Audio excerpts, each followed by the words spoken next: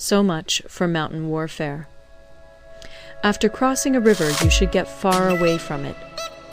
When an invading force crosses a river in its onward march, do not advance to meet it in midstream. It will be best to let half the army get across, and then deliver your attack. If you are anxious to fight, you should not go to meet the invader near a river which he has to cross. Moor your craft higher up than the enemy, and facing the sun. Do not move upstream to meet the enemy. So much for river warfare. In crossing salt marshes, your sole concern should be to get over them quickly, without any delay. If forced to fight in a salt marsh, you should have water and grass near you, and get your back to a clump of trees. So much for operations in salt marshes.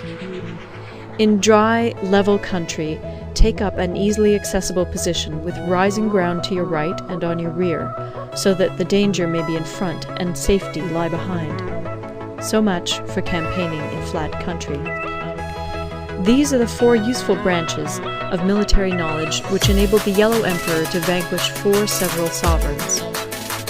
All armies prefer high ground to low, and sunny places to dark. If you are careful of your men and camp on hard ground, the army will be free from disease of every kind, and this will spell victory. When you come to a hill or a bank, occupy the sunny side with the slope on your right rear. Thus you will at once act for the benefit of your soldiers and utilize the natural advantages of the ground. When, in consequence of heavy rains up country, a river which you wish to ford is swollen and flecked with foam, you must wait until it subsides.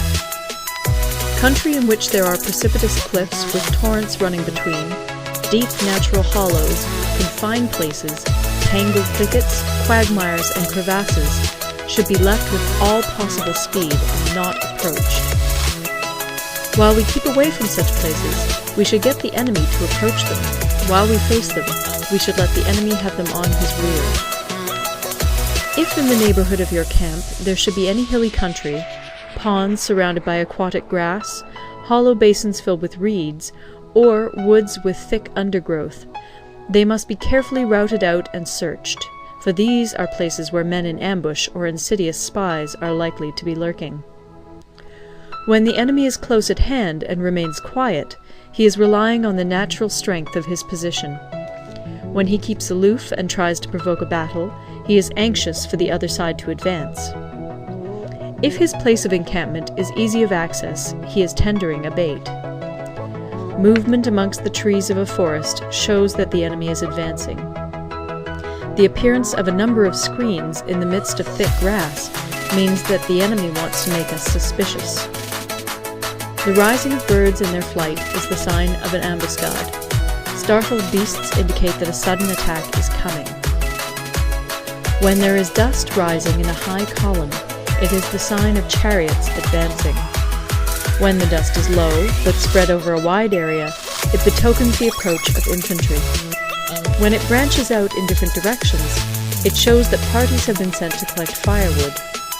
A few clouds of dust moving to and fro signify that the army is encamping. Humble words and increased preparations are signs that the enemy is about to advance. Violent language and driving forward as if to the attack are signs that he will retreat.